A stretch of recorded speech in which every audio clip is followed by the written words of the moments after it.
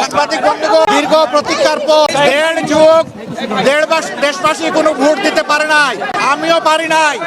2014 সাল, 18 সাল, 24 সাল জেলেই ছিলাম, ভোট দেওয়ার সুযোগ হয় নাই। এই তিনটা ভোট হারানোর পরে আজকে আলহামদুলিল্লাহ আল্লাহ তাআলা আমাদেরকে ভোট দেওয়ার সুযোগ দিয়েছেন। আমি মহান রব্বুল আলমিনের শুকরিয়া আদায় করি।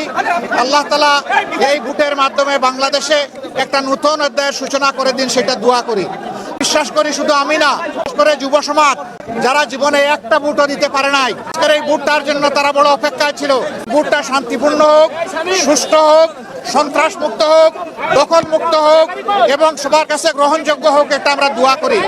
এই ভোটের মাধ্যমে আগামীতে এমন সরকার গঠিত হোক, যেই সরকার কোনো ব্যক্তি, পরিবার, দলের হবে না, বরঞ্চ যে সরকার হবে 18 কোটি মানুষের, জনগণের সরকার। আমরা সেই সরকার গঠনের ব্যাপারে আশাবাদী। আপনারা আমাদের জন্য দোয়া করবেন। আজকে এই ভোট দিয়ে আমরা এখান থেকে শুরু করলাম, পরবর্তী পর্যায়ে অন্যান্য কেন্দ্রেও যাব, একটু দেখব। আমি আপনাদের সকলের সহযোগিতা চাই। দেশ আমাদের সকলের, এই দেশটা গড়তে হবে সকলে মিলে, হাতে হাত মিলিয়ে। মিডিয়া একটা গুরুত্বপূর্ণ ভূমিকা থাকে, এটা জানেন যে মিডিয়া সমাজের চতুর্থ স্তম্ভ।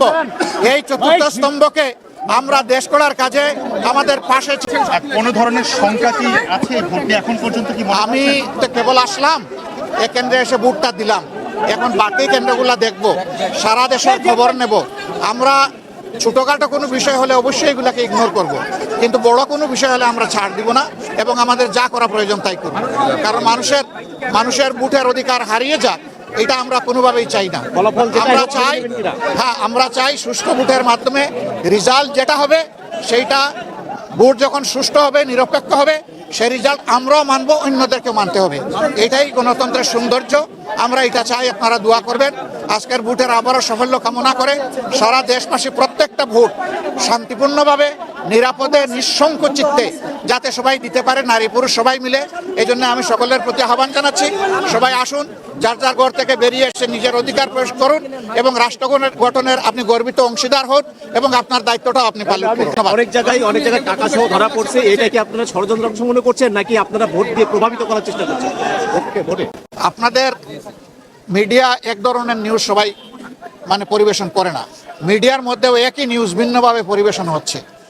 কেউ যদি অপরাধ করে থাকে, সে আমি হলেও আমি এই অপরাধের বিপক্ষে, কিন্তু অপরাধ নয় সেটাকে আবার জোর করে অপরাধ বানানো, সেটা আরেকটা বড় অপরাধ।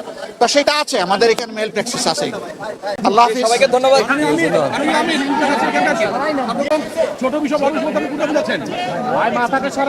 ও করতে থাকুক, বিএনপিও করতে আছে, আমরাও করছি, দেখা যাক শেষ পর্যন্ত কোথায় গিয়ে দাঁড়ায়। আল্লাহ হাফিজ।